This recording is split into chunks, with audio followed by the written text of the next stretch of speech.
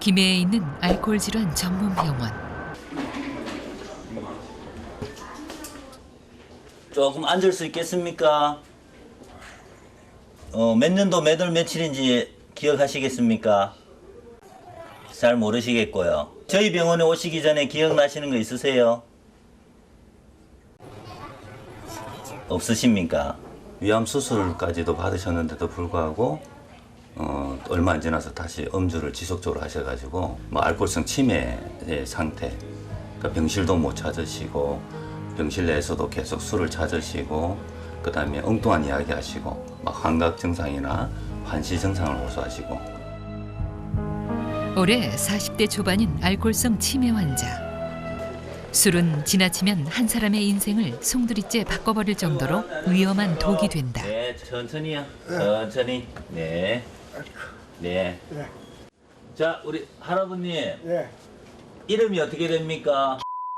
예. 예. 몇 월 달쯤 된 것 같습니까? 7월, 8월. 7월, 8월. 예. 7월, 8월이면 무슨 계절입니까? 가을 계절도 못 되고, 네. 겨울 계절도 못 되고. 가증이라고 엉뚱한 이야기들을 계속 전혀 관계없는 다른 이야기들을 하시는 그런 전형적인 이제 치매 현상을 보이는 경우라고 볼 수가 있겠습니다. 70살의 할아버지는 시간과 장소에 대한 장애와 의식이 혼탁한 상태. 그것은 수십 년을 술독에 빠져 산 결과였다. 술을 언제부터 드신 거예요? 14살 먹을 때 쪼개 먹고, 그 다음에 술 입을 안 냈습니다. 예. 먹어봐야 뭐 대단하고. 또 하나의 술의 경고는 자신뿐 아니라 자식까지 망가뜨린다. 인천에 있는 한 치료 공동체.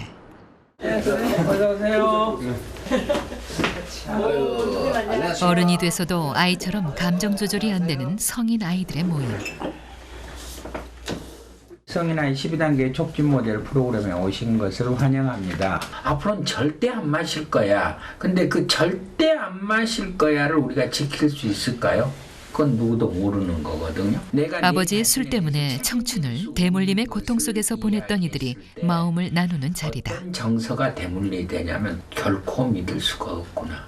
술로부터 이제 회복하시면서 만학을 대학 공부를 하시는 것을 두 자녀분들은 어떤 시각에서 이렇게 바라보고 그래요? 사랑으로 이렇게 많이들 얘기는 했었겠지만은 네. 지금은 그냥 깊은 마음에 그냥 이렇게 담고 있는 것 같아요.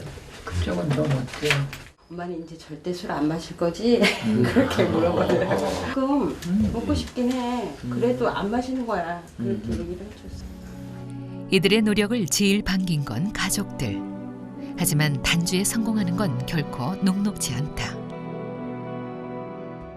아버지 역시 중독자였고 진짜 아버지도 우리 자녀들에게 보여주지 말아야 할 것도 많이 보여주시고 그런 그것이 또 저 자신도 우리 자녀들에게 보여주지 말아야 할 것을 또 보여주고 또 대물림을 하게 된 거죠.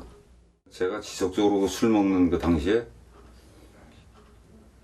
얘도 상처를 많이 받았죠. 근데 어느 시기부터 얘가 오락실을 드나들고 하다가 지금은 사실 게임 중독이 돼 있어요. 부부싸움으로 시작해 살림을 부수고 어머니를 피가 터지도록 때리는 아버지를 보는 것은 늘 공포였다. 어느 날 마신 술에 마음이 편해졌고 그것이 대물림 돼 아들까지 괴롭힌 것이다.